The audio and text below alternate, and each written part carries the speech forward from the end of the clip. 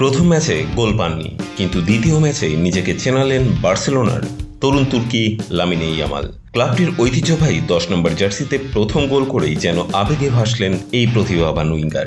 Asia সফরের প্রাক মৌসুমে প্রীতি ম্যাচে বৃহস্পতিবার দক্ষিণ কোরিয়ার ক্লাব সিউল এফসির বিপক্ষে দুর্দান্ত দুটি গোল করেন ইয়ামাল। তার ঝলমলে পারফরমেন্সে বার্সেলোনা ম্যাচটি জেতে 7-3 ব্যবধানে।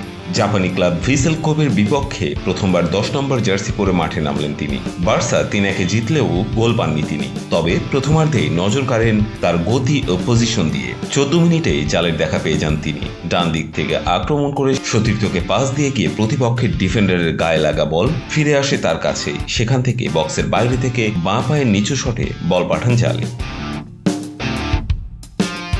বার্সার 10 নম্বর জার্সিতে ইয়ামালের প্রথম গোল।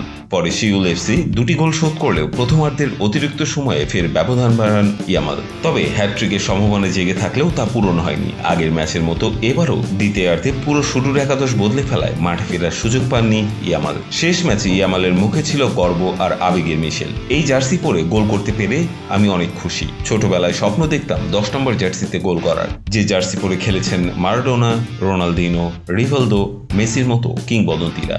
এই জার্সি আমার জন্য খুব স্পেশাল। সমর্থকদের প্রতিও কৃতজ্ঞতা জানান এই তরুণ তারকা।